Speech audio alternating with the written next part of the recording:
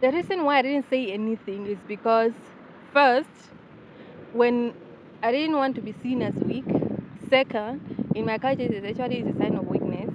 And third is because I didn't know how to deal with this emotion, even though I knew I had this emotion, I didn't know how to deal with this emotion. Fourth is because I didn't want to be labeled as going crazy.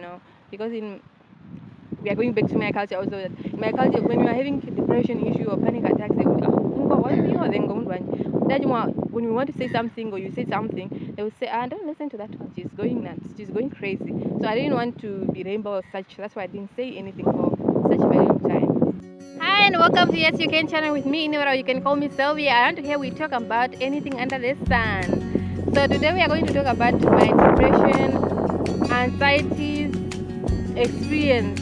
And just this is a warning: if you are experiencing this, please seek a professional help, because I am not a professional a professional or somebody who have studied psychology or social worker. So please seek a professional help, because these are just my experience. So let's start by explaining what is depression. It's a mental disorder that affects your mood, and also you lose your interest in certain things that you are used to enjoy. Like for me, I used to enjoy reading and just hanging out with people. But when I was depressed, I didn't enjoy these things anymore. So I stopped doing those things. So we can't talk about this without going back to my early childhood, or when I was 11 years old. Something significant happened in my life, and after that event is when I experienced my first panic attack. I remember feeling like I couldn't breathe. So I was calling for my aunt, and I was telling my cousin that I couldn't breathe, and I think I'm going to die. I think I need to go to her so that I can die near her.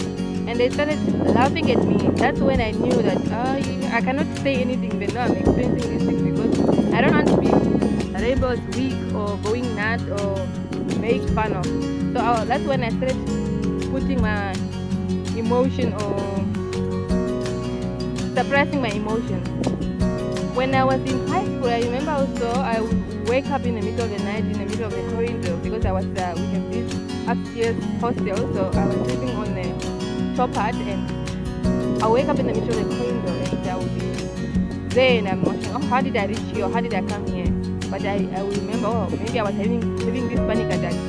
So I was soothing myself or helping myself in a way that I only knew. Eating, I would eat if I'm experiencing panic attack, or I would just tie something on my stomach, what do you call it? The tummy, then I would just go to sleep or continue with my life. So this worked for until when I was in grade 12, science 16, and when I came out in the real world, it's a real world. I was fine. Let me tell you, I was science 17. I was fine, but I see that I developed lots of interest in things that I enjoy. For example, I used to enjoy watching movies and films from SeaWorld and a little bit of Telemundo, but that was a long time ago.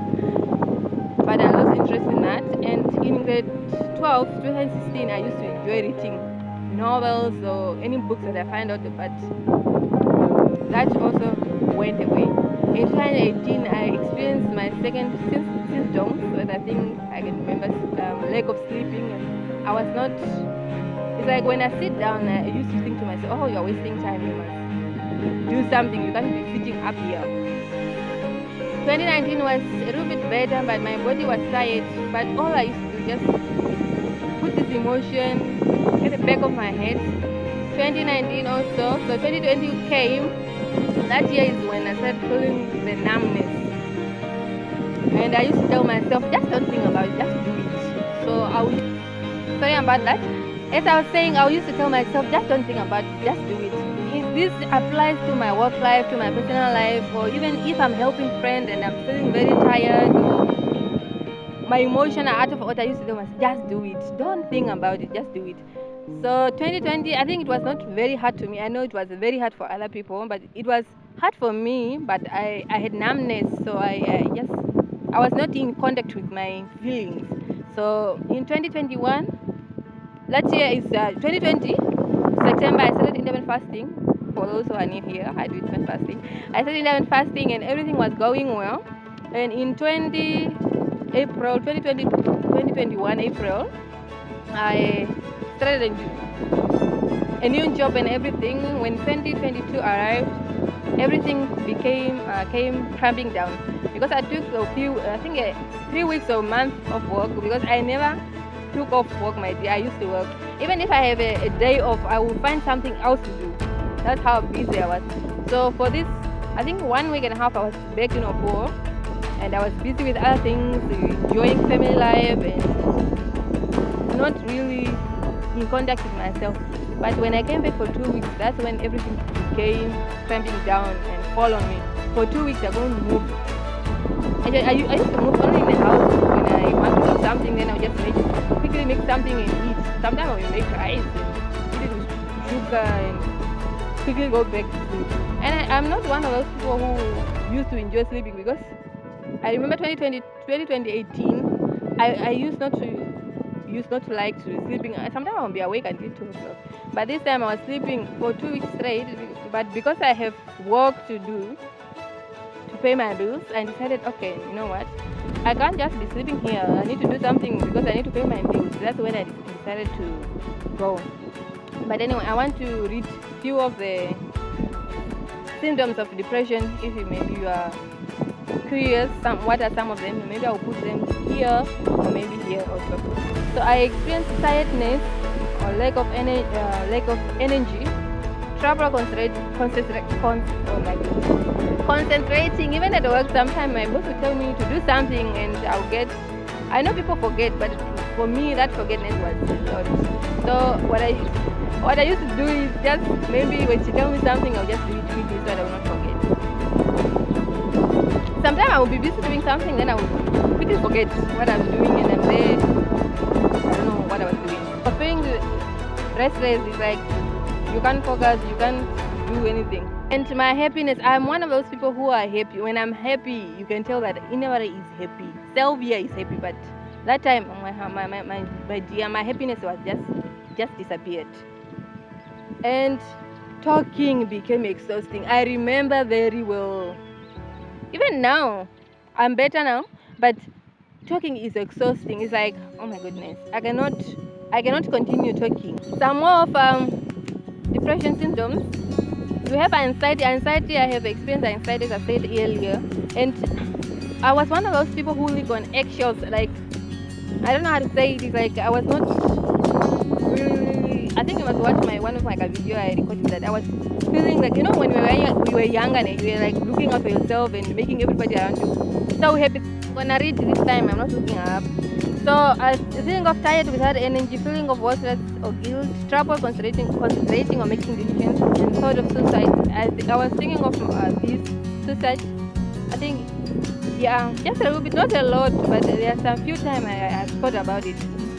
So this is when the breaking point came, when I heard of T-Boss.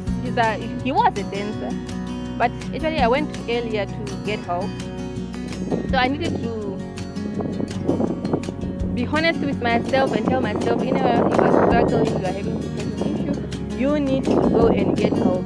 And for me, I thought it was only affecting me because I'm causing this to myself, which is very, very not true. If I experience it, as I was saying, I was thinking these are happening to me because it's my fault, but it's very wrong. Depression is not you are not causing depressions or panic attacks or having these big feelings because you are causing them to yourself. So I needed to, when I heard about T-Boss and that Miss Universe who committed suicide, and also when I remembered in my early childhood, I remember few of my cousins, they committed suicide, and I told myself, my dear, this is not the you situation. And also I did a research on depression, and I came to the conclusion that I'm not causing this problem to myself. So I decided to get help, and I went and get help. And I'm doing well, but I want to do even more better. If you reach this far, think this is actually my story, and if you reach this far, I appreciate you. Thank you so much for watching this video. May you please subscribe and be notified when I upload a new video. I don't take your support for granted, and thank you so much. I appreciate this. And if you have questions, please put them in the comment or reach me on my email or on my Instagram, my personal account, and ask questions if you have any questions. All right, thank you so much for watching. Goodbye.